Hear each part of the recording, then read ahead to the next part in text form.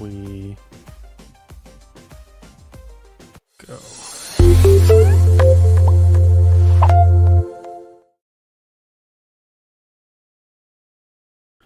Hello and welcome to the Chat Show, where we offer computer help, advice, and tech news. I am General Buckles, and I'm joined by my co-host Bradford Skeldorado of the YouTube channel Bradford Skeldorado. Good evening, sir.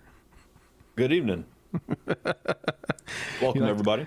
I love your last name. That's why I like to put some emphasis on it.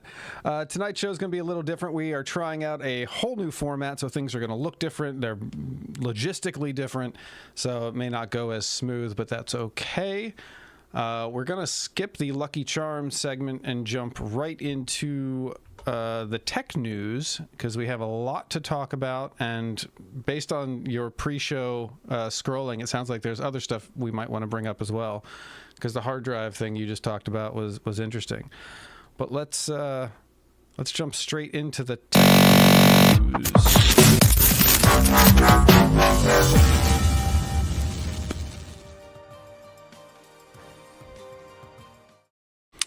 Okay, first up. This is your article, I believe. A tester reveals only 5 out of 10 i9s and 2 out of 10 i9 14, or so 13 and 14th gen Intel's CPUs are determined to be stable. Yeah, so it looks like they've been having a lot of performance issues and stability issues. Some of them actually come in the form of the motherboard. So it is a case with potential overclocking on some of these CPUs that you see some stability issues with the Z motherboards, not the B motherboards, because they do not have the capability of being overclocked. But there is a chart on here that shows kind of some of the performance issues and how many units out of 10 are actually stable. Okay. So as you can see, yeah, just like the auto 253 watts, 4 or 5 out of 10. Like I said, it's just kind of odd that you would have a CPU that is $550 to $600, that you have that much of a fail rate. But not only that, whenever you detune them or undervolt them to kind of have that stability, you have similar performance to an i7, which is $150 to $200 cheaper. Right. What's interesting to me is that it overclocking, I thought, was like pretty much dead. Like, I thought overclocking was like, it wasn't even necessary anymore. Like, you can play it with your thermals to get the most out of it, but I thought that the whole race to overclock was done. Am I wrong there? I wouldn't say necessarily done. I know that there's a lot. Me personally, I don't think there's a practical application when it comes to overclocking. I feel like there is more so just a test to see what you can actually do, to see what the limits are. But I don't think someone like myself who has a 13900K is really going to benefit from overclocking a CPU whenever all I do is game at 1440 and I get incredible frame rates and performance regardless. So realistically, what's the cause? What's the necessity for overclocking? There's not one. All right. My initial reaction was I get anxiety about e-waste. We've talked about that before. The annual race to put out the next best CPU, and even this article kind of refers to poor silicon being used and pushed too hard. Like, I worry that this is going to be, I mean, I don't know how worried I am. I'm Team Red. This could eventually really hurt Intel if they keep just trying to make the smaller, faster, thinner, let's get to 2 nanometers, and they're just putting out poor stuff. Like the pressure there is to put out the next best thing every year, as well as GPUs, is going to lead to just substandard stuff across the board. I think people will be using 12th gen CPUs above anything new for a number of years if this keeps happening. Well, realistically, and this goes really, I guess the show should have been named this is substandard is the new standard, in my opinion, just because we have a couple topics that kind of hit on this. You've got CPUs, and I haven't seen a lot. I haven't looked into the AM5 side of it. AM4 is so reliable and just a go-to stable for CPUs, but it does seem like cool. We've got the 13900K. AMD announces the AM5. Let's get the 14900 out, or the 14 series out. And it seemed like, and I'm sure the 13th gen was a lot longer than I kind of remember, because I wasn't really, I've always been AMD as well. Once I decided to go with this, I wanted to try the 13th gen, the 13900K, and then once I bought it, it was 2 months later the 14900 come out. So it does seem like a fast transition. But with these types of stability issues, like they've already, if I'm not mistaken, I don't know if this article says it, but I know that Intel made a claim that they were going to be stopping all production on 13th gen CPUs. So it seems kind of odd that you would have the potential to have 12th gen still on the shelves longer than you would have 13th gen. Yeah. And as far as that goes, I don't know how much longer they're going to have the 14th gen out. If they're, I mean, if you just look at that list, 20%, 30%, 40% on these different CPUs at different levels. And right. Yeah. These here. Yeah. This stuff. No, I totally agree. God, what's funny is that you're stopping production on the 13th gen, and it looks like, 5 out of 10 for 13, 2 out of 10 for 14. You might as well stop production of the 14th and just keep shoving out 13th. They got a better rate, but yeah, just struggles for Intel all around, because our next headline for this is, watch out, there are fake Intel CPUs about. And the thing that struck or kind of popped out to me in this article was that the Edward Chester, the guy who wrote it, said that the 14900K isn't even what you'd want. Like, he's like, that's not even the most ideal one to get. So the fact that they're using the K as the fake is interesting to me. Yeah, and this goes back to, like I said, you're going to be replacing these, and the ironic thing about this is this article, or these were found in that article that I'd sent you. A lot of these were coming from Amazon.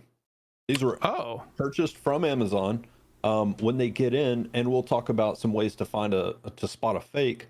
But yeah, Amazon was the one that was supplying a lot of these CPUs, and people started finding out that once you get it, just go straight to the serial number, match the serial number to the serial number on the box, and then also the FPO number, which is going to be the finished, finished process order, which I believe will tell you what series, just in a generic form of what series this belongs to. But these CPUs don't have dies in them. So that's what I pulled up on the screen here. I want to see if I can enlarge this so you can see it. It's a PCB with what's that? The cat, the H. What's the metal part on top called? The heatsink. Yeah.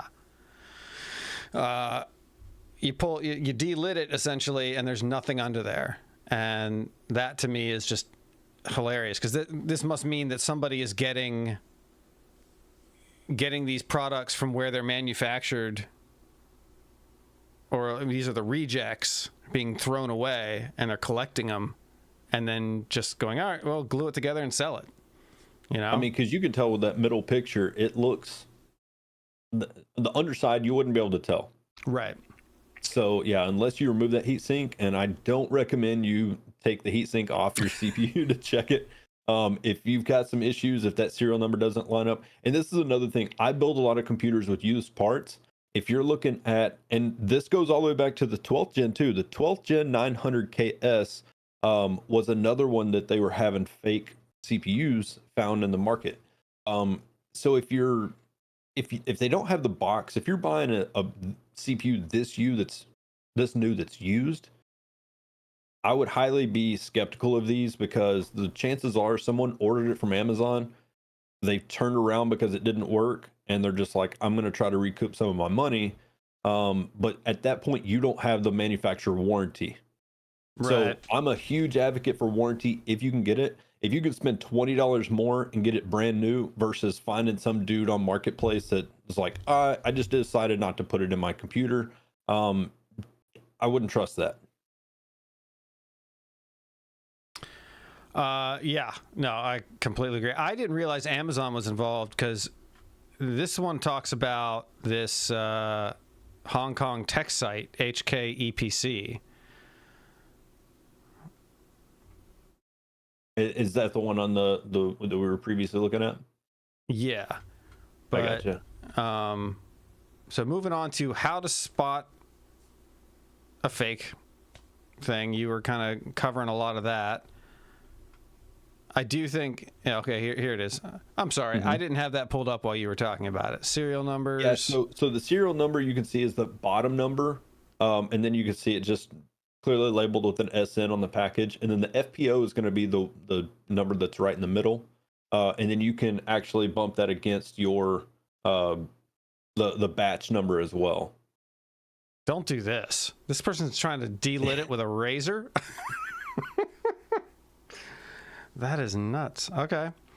I have seen a lot of people will, I don't know if this is new. I think a while ago, before people started getting wise to it, would just rub off all the lettering on the CPU and try to pass off an i5 as an i9 or something like that. And, sell it on Facebook Marketplace or something. You don't need, if that's the case, if it's a friend of yours and you can put it in your computer and test it before, that would be one thing. But there's no amount of abrasive you need that would remove those laser engraved numbers that would cause me to trust some guy across town. So yeah, I'm not taking a word for it. You'd end up with some 4000 series CPU or some Xenon, nonsense. So I definitely would not recommend that. No, I'm almost, and this is for anything, not just CPUs. I'm an advocate of just using Facebook Marketplace instead of Craigslist whenever possible, largely because it's tied to a Facebook account, and you can kind of check and see what kind of person it is. And quite often, you remember the photos that we were looking at of people's PC setups, and they were like, pill bottles and other crap and really dirty desks and stuff like that. You can kind of get a sense of who they are. I've seen a couple of items, especially gaming PC stuff, being sold by an account that was like started the day before, and you know that was either stolen or it's not what it says it was. No friends. Yep. Yeah. So it's like the Optiplex office PCs that I've started to collect myself. People are trying to sell those for $400, call it a gaming PC, and with some LEDs. With some LEDs on it, if you're lucky. So, yeah. Let's see. More quality control. Definitely. Substandard is the new standard. Substandard is the new standard. I got to write that down. All right, next headline. I've been excited to talk about this one. Despite very bad reviews, a new tactical first-person shooter has thousands of players. As Escape from Tarkov struggles, a new first-person shooter focused on tactics pulls tens of thousands of players despite critical Steam reviews. They are referring to my new favorite video game in the world, Gray Zone Warfare. And it turns out you've been holding out on me and that you have been playing it. I've been dabbling. I don't have as much time in it as you have, but definitely. I can't remember how much it was. I had read an article and it talked about the number of players that have already purchased this game, doing the math. If they just bought the basic version, it would have equaled $12 million that they had done in the course of like 3 days at the time of reading this article. And I know a lot of people have bought the supporter edition, which is 3 times the price, which I'm all for expensive games. But it is one of those, like, there was a lot of bad press on it whenever it first came out. A lot of issues, optimization. Obviously, it's in alpha. Is it alpha or pre-alpha? They aren't using that terminology. They keep using. Okay. I haven't seen the terminology used other than early access. Gotcha. So yeah, like we mentioned last week, Escape from Tarkov came out with some issues, or not some issues, came out with a new edition. Gray Zone Warfare kind of capitalized on it, and my theory of substandard being the new standard is the fact that there are a lot of bugs. They did a test run. A lot of people gave their input. Whenever they gave their input, it was like 2 days later they were like, cool, we're gonna go live with it. This just goes to show you that a lot of games nowadays, and we are guilty of accepting the standard and being like, okay, cool. Obviously it's an early release, but how many games are 7, 8, 9 years old that are still, like Tarkov, in beta? what? Yeah, Tarkov's been out since 2016, 2017. I'm sorry, but what do you mean it's in beta? So once it goes through the testing and alpha, it'll move to beta, which is right before full release. And you're saying Tarkov hasn't even been fully released? Negative. I mean, they're still developing the maps. They, in the past year and a half, they've had, maybe 2 years, they've had 3 new maps come out. So they're still adding guns, they're still adding mechanics, they're still adding all kinds of stuff. But but Fortnite still adds stuff after all these years, like in Minecraft. Like, okay, so but you got to think how long Fortnite was out prior to it actually releasing. But I'm saying, so Fortnite had been similar, was a beta game for years and years. But by your description, every game is beta until they stop releasing material for it. Is that what you're saying? Negative. No. What I'm saying is it's pre-release, like full release would be a AAA game that comes out. You're always going to have bugs and everything like that, but you're talking Call of Duty that is a standard game that they add things to, or game modes, versus a game that you spawn in and you're falling through the map. And then you say, hey, I'm falling through the map at this location. The developer sees it. Cool. We fix that. Hey, we put another patch out. This is what we fixed. This is the list of everything that we've done. So this is what's in patch 0.140. You know what I mean? So they end up going through and continuing to optimize the game. But what I'm saying is, with Gray Zone Warfare, last night I was playing, there was a guy running around in his boxers with no head. Right. And I was like, yo, like, what's the deal? And he was like, I've got a uniform that you don't have access to yet. So, and stuff like that is just kind of not supposed to happen. You know what I mean? So early release, we all pay the full price for a game that tomorrow they could just be like, we don't want to finish it. So realistically, you're putting your faith and your money into the hope that this development team continues to optimize this and doesn't just shut down the studio. Okay, but you're saying Tarkov is still in that state where they're still developing it after this many years? Yeah. So Tarkov, whenever you boot it up, whenever you first boot Tarkov up, the main menu has a big orange border that says this game is in beta. Okay. Yep. So what a lot of games was it built on? Ooh, yep. What? I can't remember what. It wasn't built on Unreal 5, right? No. So what's the point of continuing development if something like Gray Zone is going to come along, blow it out of the water from an aesthetic point of view? It's a Unity engine. Okay, so it's not going to ever. It's built on that engine, so it's limited onto certain elements and how well it's going to look over time. Anyway, I've never played Tarkov. I never really had any interest based on what I heard about it. I know you're a huge fan of it, and you got, I think, 5,000 plus hours in it. Yeah. But I've got 41 hours in Gray Zone, and I'm in 1 week, and I'm pretty confident this is going to keep going and it's going to do really well. I was shocked because in the first few hours alone, there was already articles. Basically, this article came out the day it was launched, and all the kids were talking about how it's awful and there's all these problems and da-da-da-da. And it's like someone handing out something, hey, this isn't really, it's probably not finished yet. You want to get an early look at it? And everyone's going, it's not perfect. How dare you? And I don't understand like that entitlement of everything has to be perfect, or it's absolute garbage. And that, yeah. So my thing, I wouldn't necessarily say two things on that. I don't see this game destroying Tarkov, and I don't think there's necessary entitlement as much as there would be. As much as there would be. They tried to capitalize on this publicity of Tarkov because the community was angry. And it's almost like Ford puts out a new car, so Chevy doesn't have theirs ready, but we're going to go ahead and put it out there without the brakes on it so people can buy it.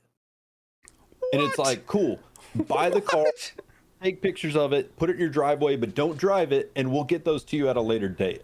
The amount of bugs that I ran into, it was really, really bad. And I know that's what a lot of people were saying. But I mean, you got to think there's a huge dedicated community to Tarkov. And just because they are upset with it, like I said last week, it's like an abusive spouse. Like, you're going to come back. It's just a matter of time. Okay. First off, I have not experienced... me and thousands of others have not experienced as many bugs as some people have. And that minority was the most vocal on day one. So on day one, it had bottomed out awful reviews. But the only reason that was possible was because those people couldn't get on.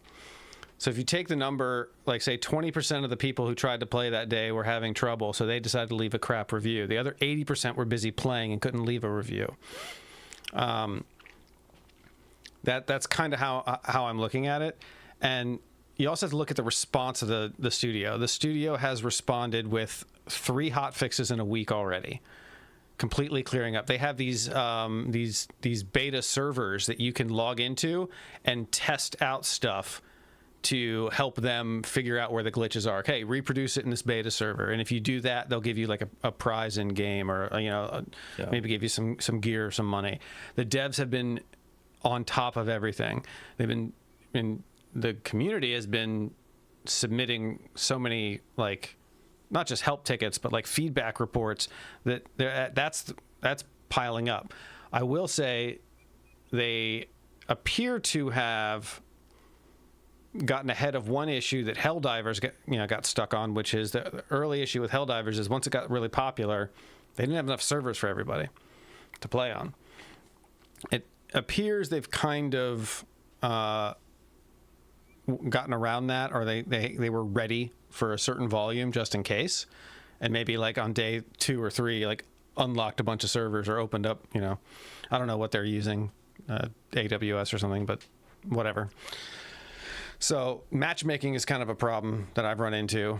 It's finicky about loading in with a squad. Sometimes you can load in with all 4 people. Sometimes the leader has to go in first and everyone else has to follow behind, and blah, blah, blah. But I never said anything about it being a Tarkov killer, because it is extremely different. You know, you just said it like a few minutes ago. Like, I don't know if it was you Tarkov killer. Well, no, whenever you were reading it, you said that it was going to end Tarkov or something along those lines. Okay, I didn't write the article. But like I said, I can't see the article from here. But regardless of that, if you looked at the reviews, I wouldn't say there was 20%. I would say a lot of the reviews that I was getting a kick out of, the thumbs up was at least it wasn't $250. That At least was it's not my Tarkov. favorite. That was the top like, review. it was a lot of like Tarkov digs, but in my opinion, that's like going to a restaurant that had phenomenal food, but the waitress had a bad attitude, and you claim it's a 1-star restaurant, and you don't give input. All you say is, "I won't be back." It's a wasted review, you know. But the same thing, it's like all the people that were negative may be huge super fans of Tarkov, you know, and they're just trying to see it burn. They're just, you know, oh look, it's at 50%, it's at 40%. Let me go ahead and put my review in on it. And I've submitted feedback because I've had quite a few issues with server stability. I spawned in and didn't have a gun in my hand and had to basically Alt F4 and restart the game. I was streaming last night and all these issues were just coming up, but it was only whenever I was in a squad. Whenever I was running solo, I didn't have a single issue with it. So, like I said, it's little things like that, but it is important to give that feedback because it does show that these developers are listening. Oh yeah, they've been listening, and then like their Discord is extremely active. They've been going live, streaming, just the devs sitting on a couch in their studio, kind of providing people with information about it. I've never been this glued into a game's release and its development process and post-launch reactions and stuff. So it's exciting to see a lot of this. And despite the negative stuff and even the glitches, like I said, I've got 40 something. I've been pulling 8 to 10 hour shifts in Gray Zone like it's a job, and much to my girlfriend's dismay, my dog, who, wonders why I'm just sitting here staring at a screen. It is so immersive and addictive, especially when you're playing with other people. I don't recommend doing it solo. The essence of it, I feel like, gets lost in that sense. But we mentioned Helldivers. Go ahead. I think, or before that, I think we will see Gray Zone will have a severe dip.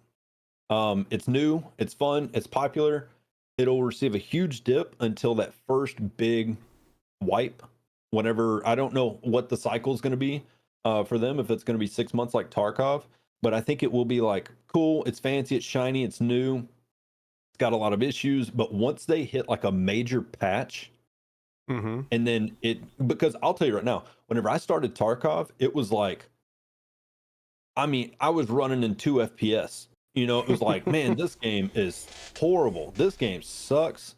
You get angry, you get pissed off at cheaters. You have all these things to where it's like, this sucks. The game, Tarkov now versus Tarkov 5 years ago, is light years ahead of where it was. And I think that's what Gray Zone's going to eventually experience, is they will end up having those individuals that kind of like play it, they kind of like it, and then their buddy's going to be like, hey man, let's jump into it. They'll get that love for it again, and then next thing you know, they'll drop a $250 update for it. So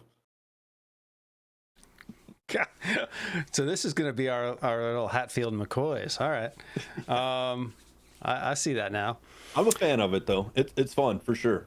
Yeah, it is. And I will say I was curious to know how the loading, the helicopter constant flying back and forth was going to be. And I was telling a buddy, like, yeah, it's kind of weird. You know, it takes like a minute to 2 minutes to get anywhere around the map. And then I got to thinking, I spend 4 minutes in a loading screen on Tarkov. I think it'll be all right.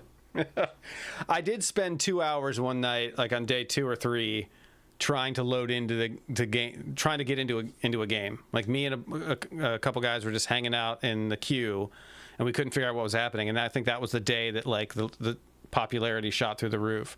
Yeah. I mean, they're rocking 50,000 plus users within a couple of days, and I don't even know what the stats are. Does Steam show you live? What? No, but Twitch will show you. I don't know if it's live viewers total.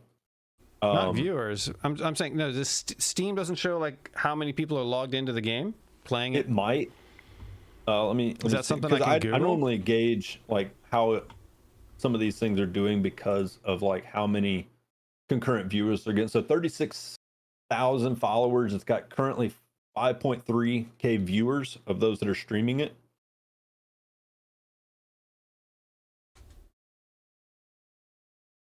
Tarkov sitting at 10,000. But yeah, as far as number of players, let me see.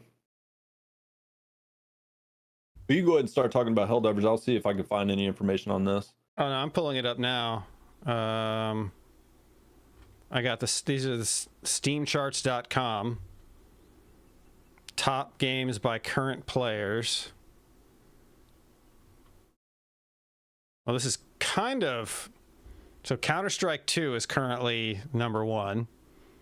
Fallout 4 is number 3 right now with 100,000 players. Helldivers 2 is at 88,000. These numbers feel low. Globally, this feels low. Gray Zone Warfare is in number 18 with 45,000.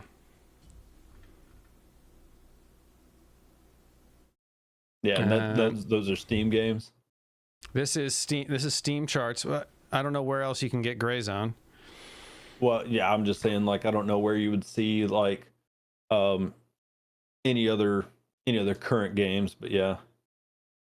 What I'm not seeing on this list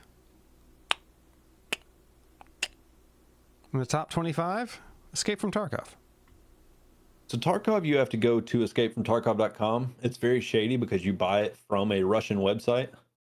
I'm sorry, what? Yeah, there's always the, like, when you first do it, you're like about to click the button and like, here goes all my information.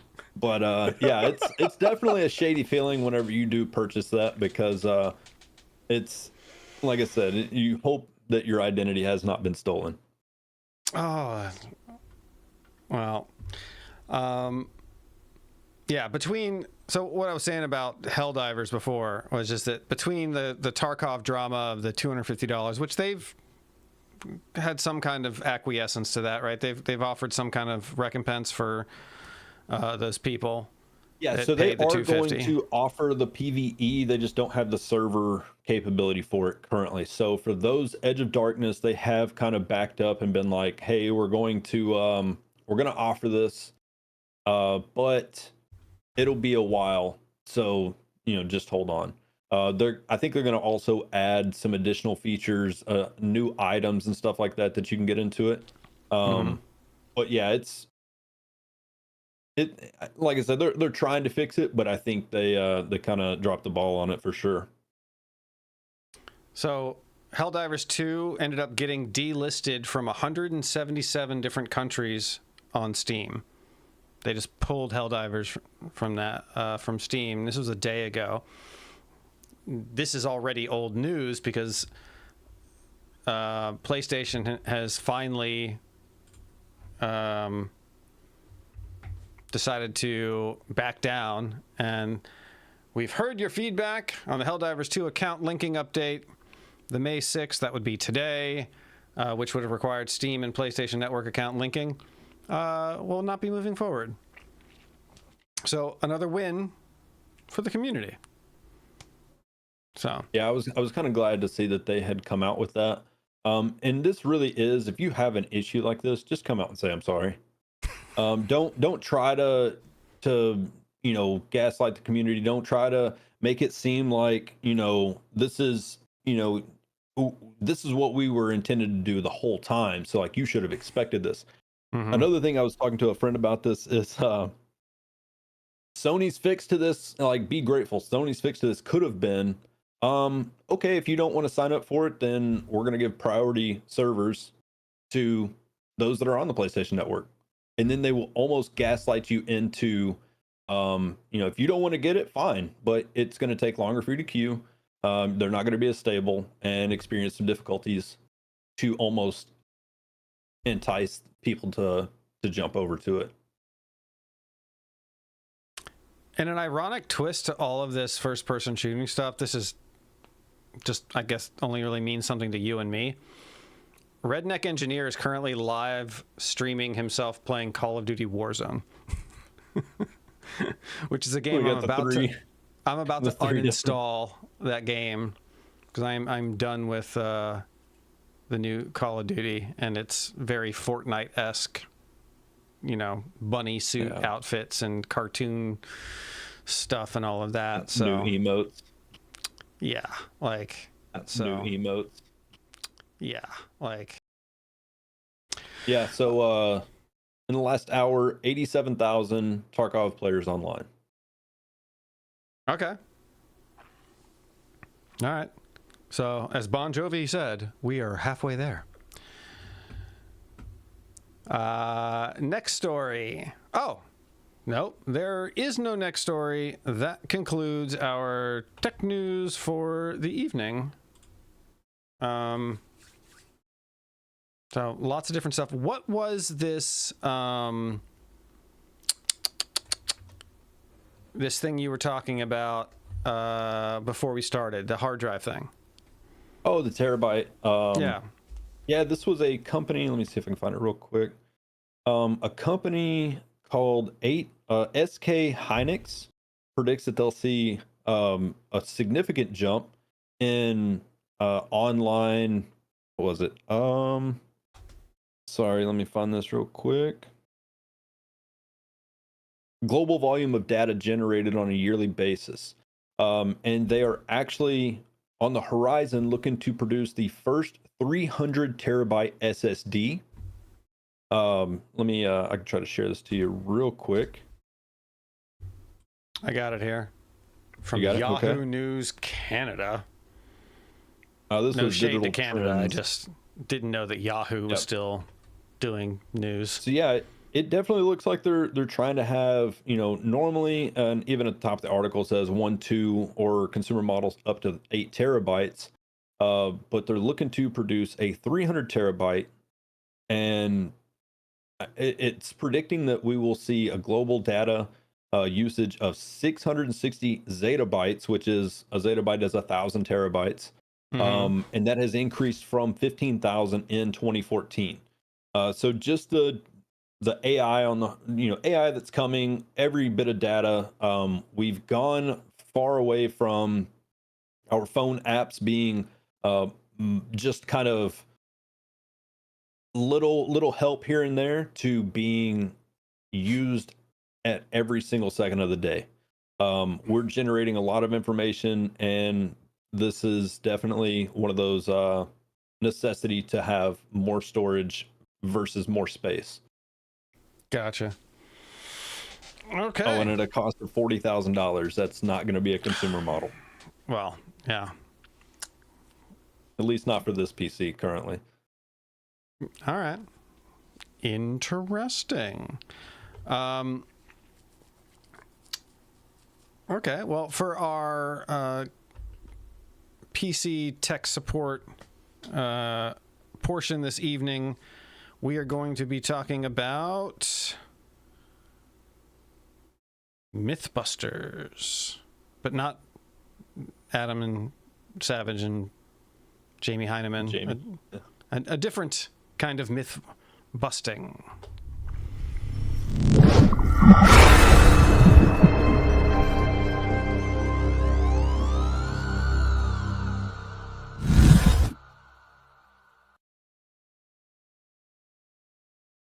It's time to stop believing these PC building myths.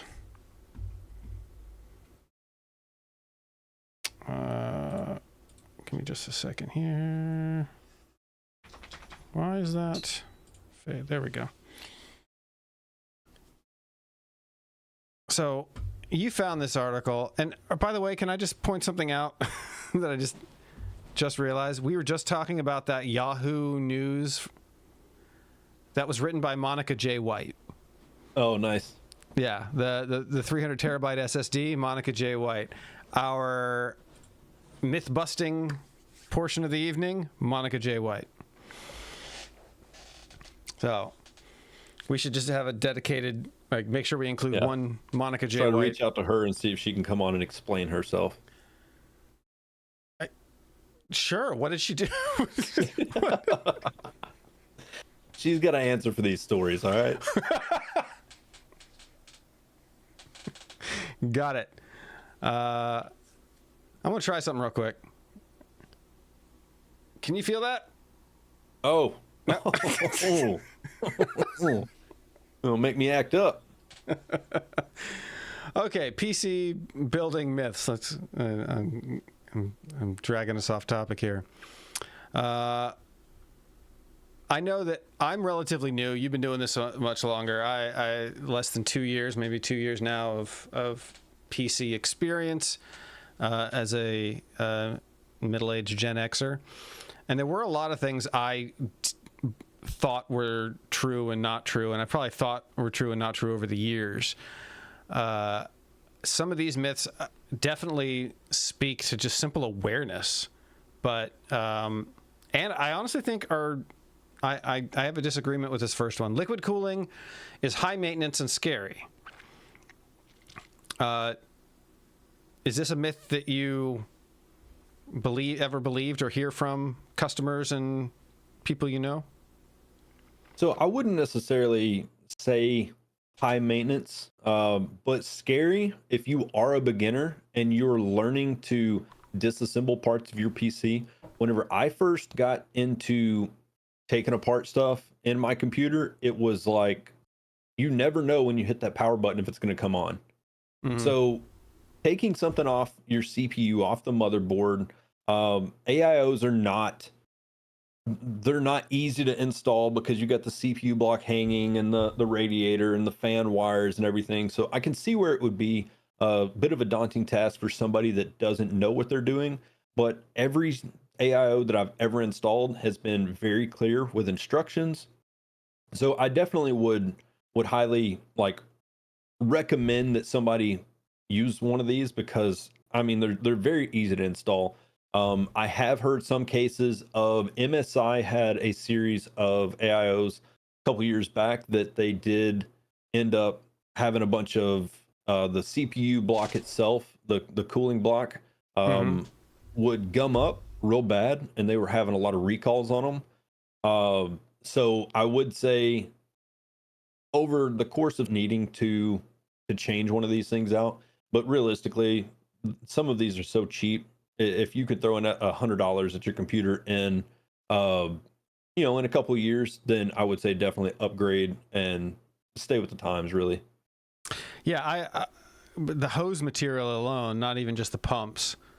I planned on swapping mine out. Mine was a pretty inexpensive one. I got for like $70. But I would probably swap that out in under 5 years. I think my mental plan is 4 years.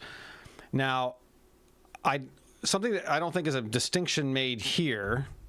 This just says, in general, liquid cooling. And I think there's a massive difference between slapping in an AIO, which really is that simple. I mean, yeah, it is pretty simple, but scary. Your fear is well-founded. It's so much different than hardlining your own custom water loops, making sure all those connections that you now have to twist on the cap and make sure, filling the reservoir, pouring water in near your computer. If you haven't seen it, check out Jay's 2 cents vacuum filling. Have you seen that one? I think so. I think he did a video, I think, with Corsair, to where they have a tool that you can pump through and actually pull a vacuum on your system as well. Because Corsair not only sells AIOs, but they have actual cooling blocks and radiators that you can make your own kit. You a fan of Corsair? I like Corsair. Their IQ stuff is hit or miss for me. Sometimes it works, and sometimes it doesn't want to communicate. Gotcha. Yeah, but I don't think the author here makes a distinction between the two, and I think there's a massive gulf in difference between installing an AIO where the water's contained, you don't have to worry about leakage, because isn't that the concern? I would say definitely some concern for that. I just kind of went based off the computer or the image that they had posted, because I'm not comfortable enough doing like my own custom loop kit. I did a soft line kit that I bought on Amazon for like $90, and very loud, sounds like a fish tank. The Okay. pump was actually noticeably loud. But yeah, this, and actually down in the article it says when it comes to an AIO liquid coolers, you usually can't open them up and pour the liquid in, so it's impossible, or at least at the very least, it may void your warranty. So it does kind of mention some of that, but yeah, just liquid cooling in general. Like I said, I'm a fan of simplicity. So if you can go to the store, buy you an all in one kit, it's all sealed, same thing, it's got a warranty. I would definitely stick with something like that if you're a beginner. I've just had an idea, and I'm sure someone's done this, but you just made a really good point. You said that the pump sounded like a fish tank pump. What if someone just used their fish tank as their reservoir and had like tropical fish who need warm water anyway? Can you imagine that coming up and feeding your fish too? It's cycling the fish food through. Oh, okay, fair point. Fair point. You got to have a filter at that part of the reservoir to keep that stuff out. But I mean, Linus from LTT used his pool, yeah. So it's definitely possible. Myth number 2 on this list: more RAM is always better. And the sentence here that struck me was, RAM is a good example, or sorry, it's one of these things where if you don't have enough or have just the right amount, your PC might struggle. But if you have way too much, it won't benefit from it in any significant way. So there isn't a downside to having extra other than less money in your wallet. But there can be some pretty big issues if you don't have enough. So it sounds like a better to have it and not need it than need it and not have it scenario. Would you agree? Yeah, and I will say with some of these newer computers, and really the computer companies, the parts companies always end up, the norm always continues to grow. Now 32 gigs is, like we've talked before, is almost like recommended, versus 5 years ago 16 would have been recommended and 32 would have seemed high. Over the last 2 years, I would say it's the last 6 months that 32 has become like you should just go with 32. When I built mine, until now, 16 was like, 16's more than enough for modern games. You'll be fine with 16. 16's fine. 16's fine. I mean, Gray Zone's a perfect example of like where 32, like, you probably want to up that a little bit. But, and well, the thing is, now that you've got 128 gig sticks, make sure you're checking your motherboard that you're even compatible for 128 gig, because I would hate to be. Who needs it? But we've talked about this before, like the Ego build, where it's like, hey man, I've got 256 gigs of RAM, and it's like, what for? But some motherboards only allow a certain amount of, and it may be 64 gigs or whatever. But a lot of the modern ones will probably be more than that. But yeah, I would definitely say it's like you said, need it, not have it, or have it and not need it, then need it, not have it, is the best way to think of this. Yeah, and I think we did cover something about a motherboard. We covered some hardware review about some Z90s that were supporting 256 gigs of RAM, and besides like 3D rendering,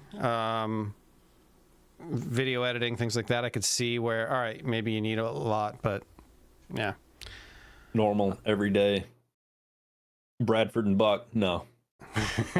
Not gonna need that. Myth number 3: your shutdown habits are affecting your PC. And this is stuff I think is important to novices, people who aren't tech savvy, but they use a PC for work or for home all the time and stuff like that. Like my girlfriend had a laptop here at home for work, and she'd just leave that sucker on all the time and just go in and wake it up every day. And I'd have a fear of that.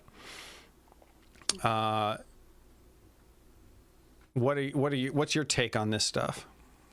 So the article breaks it down really good with, and I know not only leaving it on constantly. So I have a laptop that I can't unplug because it has stayed plugged in for so long that the battery will no longer hold a charge. Okay. But one of the important things about that is if your computer doesn't have at least a sleep feature, you're constantly running, and even though you may not be exerting the PC, if your fans are constantly spinning, if your pump is constantly running, if your, whatever it may be is constantly going, you will potentially run into a shortness of life just due to common wear and tear. I mean, the RPMs of any moving object is subject to failure. But not only that, restarting your PC, shutting down your PC is whenever your PC gets updates. So there are computer issues you can run into, but primarily just shut it down at the end of the day, be done with it, or at least set a long-term sleep. If you haven't touched your computer in 2 hours, let it go to sleep. I think mine's after 10 minutes, but yeah. Oh, okay. So the thing that about leaving it on all the time, and yeah, you do have moving parts that can accumulate wear and tear. There are, I don't know if the read-write cycles on a hard drive that wouldn't be effective during that time frame. Your thermal paste, I like to refresh mine periodically, and I think if you leave it running long periods of time, you could eventually sort of maybe end up with powder in between your heatsink and CPU, which I have found on laptops before. By the way, go on Amazon and get a new battery for that thing. They sell replacement batteries all the time. It's an old 1070. I use it for my CO2 laser, so it's like, it's serving its purpose. I don't need it for anything else right now. You have a CO2 laser? What do you... Oh, like my acrylic that I had the screwdriver stand. Oh, you made... Oh, that's right. You made that. I thought that... Okay. Yeah. Jeez. The only other time I've heard of a CO2 laser was like on the Big Bang Theory. Oh, no. Yeah. It's for engraving and cutting. Yeah. Engraving and cutting acrylic for my metalwork stuff. Okay. I usually use like... I guess I have never done acrylic. I've done etching on glass. So I take the etching paste and it eats into the glass. But I've never done acrylic, so my thing with this is cleaning. If you leave it on running all the time and it just has fans spinning, it's sucking stuff up, so it's accumulating more dirt over time, which means it's getting hotter because it has less airflow. So people, especially with laptops, people treat laptops like they're almost like they're phones or iPads, which don't have that airflow requirement. They're sort of radiant, dispersing the heat through their cases and bodies. Yeah. And laptops are sucking in wherever you're putting it all the time. And this aggravates me about a lot of laptops. They generally have the intake on the bottom, which is good because I have one of those platforms with the fans built in that I set my laptop on, so it's constantly getting fresh air blown into it. Yeah. There's always airflow. But I am a stickler around the house for like making sure everything has enough airflow and can get heat dissipation, and I get mocked for it quite a lot. Not butted up against the wall and all that. Right. Yeah. So, but leaving your stuff on all the time, you're just allowing it to accumulate more dirt, which means you could eventually experience some kind of issue that you think is something wrong with the computer, and really you should have cleaned it out 6 months ago and popped it open and done that. And refreshing thermal paste on even laptop CPUs is not difficult and can be extremely helpful. So I think that is... I think it's got one more for overclocking. SSDs don't live long. Very interesting in this part of this article. I learned what terabytes written... terabytes written on is a way that manufacturers measure SSDs. So as you can see in that article, I believe it says 600 and some odd terabytes for a 1 terabyte drive. So you got to think that much read, write, delete, all that stuff, generating that much on an SSD, you'll never save that much information. you know, unless you're generating the world's data that we just went over. But it's really like that's going to be a long lifespan for an SSD versus, and I don't think this necessarily, yeah, it talks about unlike SSD or unlike hard drives. Hard drives I've had fail multiple times. The spinning disk, once again, like we just mentioned, mechanical, moving part, subject to failure versus an SSD. I don't think I've, knock on wood, I don't think I've ever had one go out on me. But I mean, I've definitely heard of it, but normally manufacturer replaces it, you know, without any question. But yeah, definitely SSD over hard drive. I've never had any issues with it. And I'm with you on this. Moving parts subject to failure is a philosophy I live by. That's why I'm very much against exercising or going anywhere and doing anything, because the more I move, the more I could possibly fail. So I just sit here. Like that? Stay healthy, people. Be active. Okay, fine. Yeah. All right. No, that's interesting. I want to calculate. Does an SSD record? Well, I do have the hard drive health meter app or whatever that can kind of judge that. I got to go look and see how close to 600 terabytes I am on my most recent one. And then our final one, overclocking will kill your PC extra quickly. We kind of touched on this earlier. Yeah, so but just like you mentioned with the airflow and constant running, heat is going to do some detrimental damage on your components. So this is really one of those, when you overclock it, you're basically putting more power into it, which is going to cause it to be hotter. If you don't have a form of cooling that's going to maintain that, then you're just subjecting it to more abuse.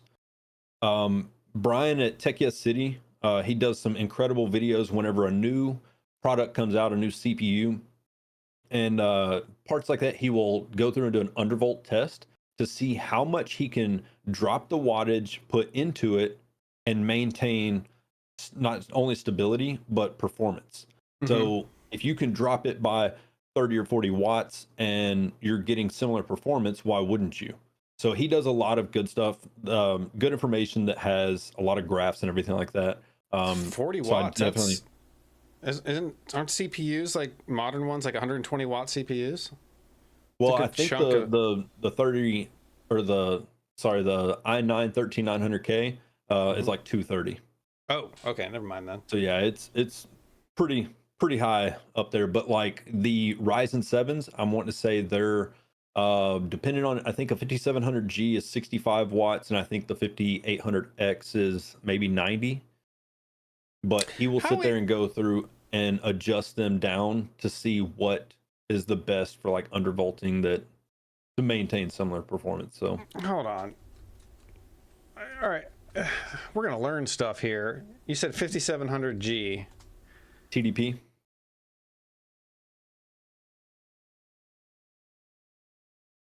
All right, let me pull this up here. This is peak per core power, 15 watts. I guess my question is, how is the 5700G, which has to run graphics and computing, that low on wattage, but a 5700X 5800X is 105.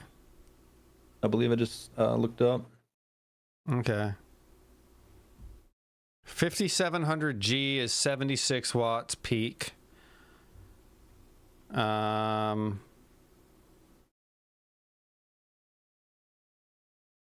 5300G, 54 watts. I'm just shocked. I thought if you had to run graphics, it would be more. Yeah. So, okay. I can see that.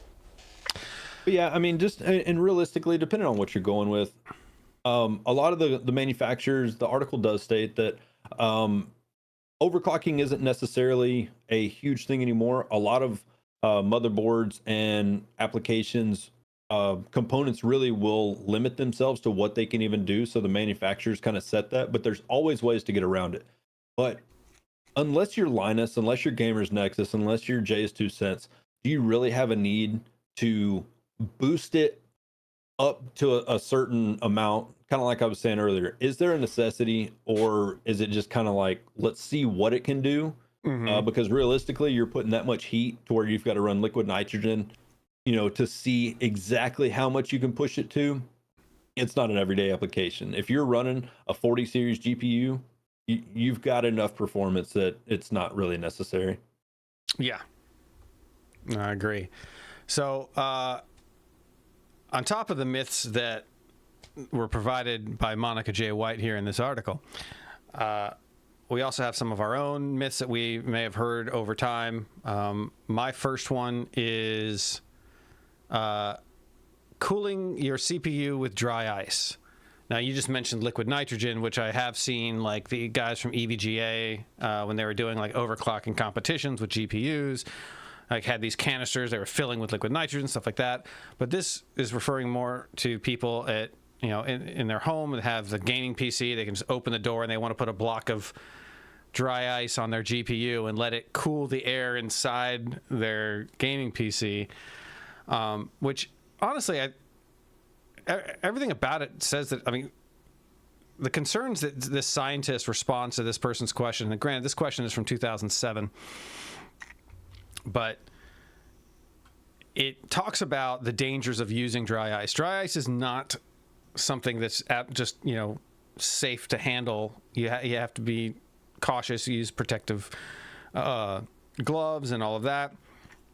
You can buy it at your local grocery store generally, and I have for like Halloween parties. You get some of it and you throw it in a little thing of water and it makes a eerie fog on the floor, kind of cool. The thing that this guy brought up that I didn't realize is that dry ice is dry, but water vapor will condense on the block of dry ice in a humid environment, so that when it's all dissipated and all the carbon dioxide goes away, you're left with that frozen water vapor that will now leave liquid dripping inside your computer. So you thought you were going to be using dry ice, and you've attracted and made your own real ice, or liquid ice. Real moisture. From moisture in the air. So that would be the biggest reason to not, among others, to not use dry ice in your computer. The next one, I believe, is yours, about frames per second. Yeah, I hear a lot of people talk about this, and it's kind of like, I don't know why people would try to lower their settings to have a huge amount of frame rate on their computer.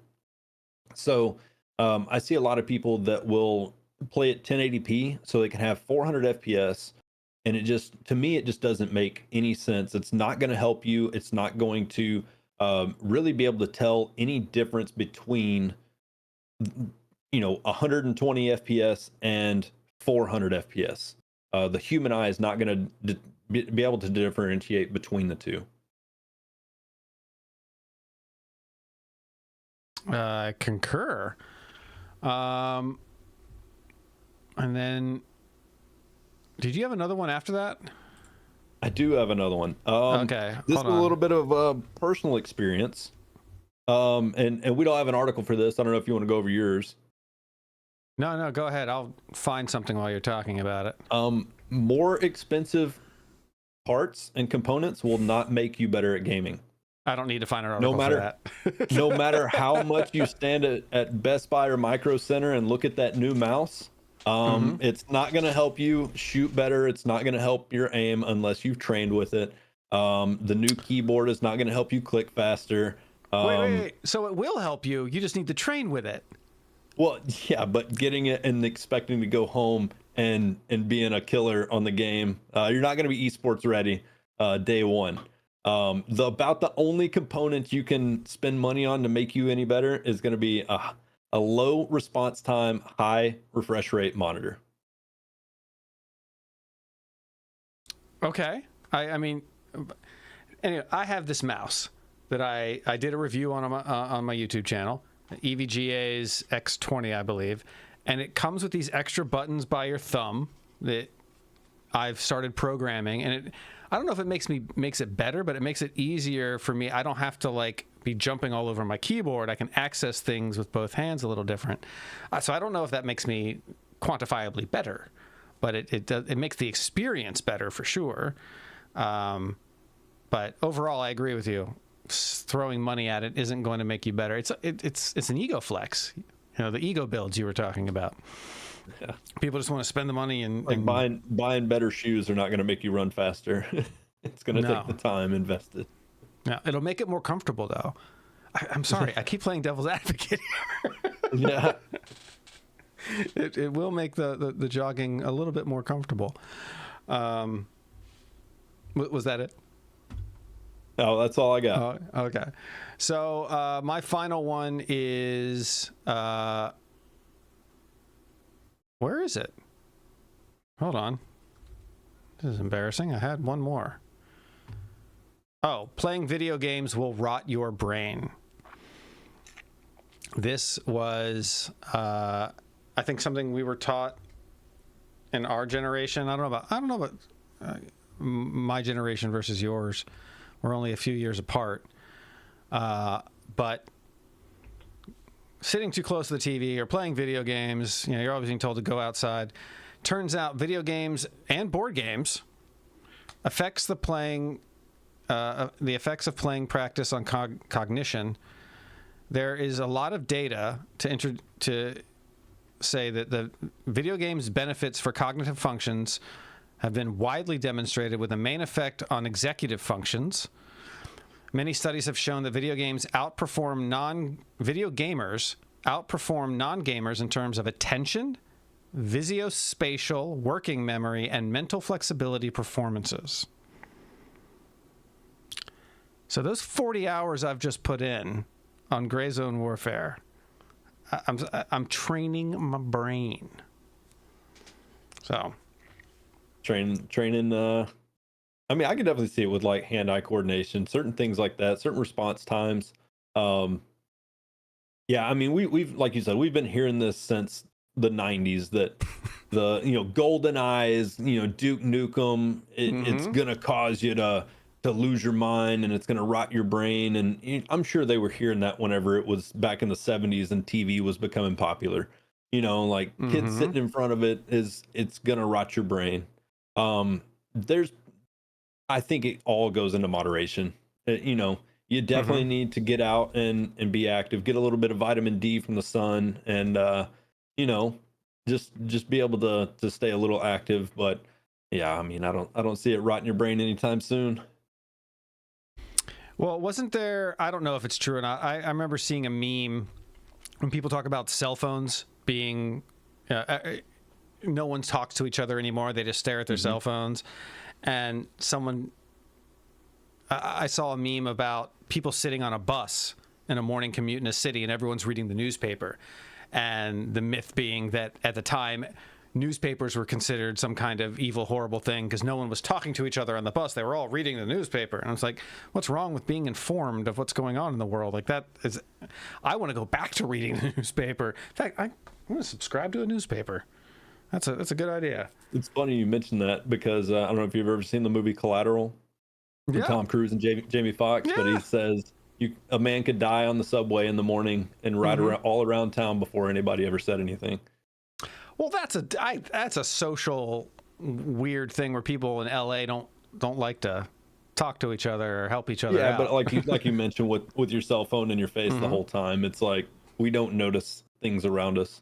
Yeah, no, I mean, I think true across the board. But the hand-eye coordination to me is a bit of a, I don't know, not a cop-out or a red herring, but it's overused. Like that's always been the excuse. Oh, it's really good for hand-eye coordination.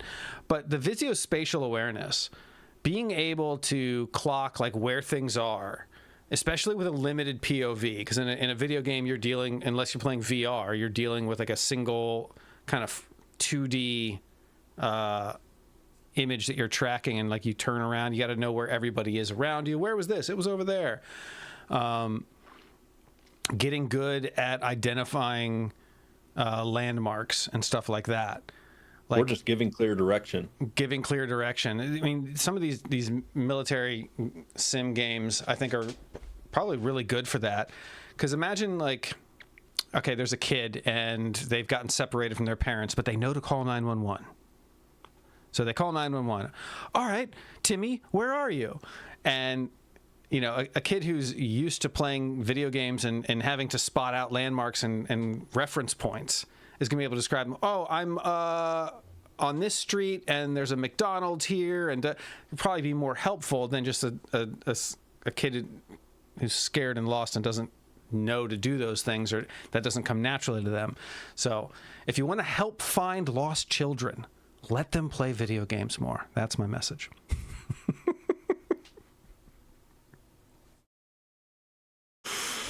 Out of context, that sentence is amazing.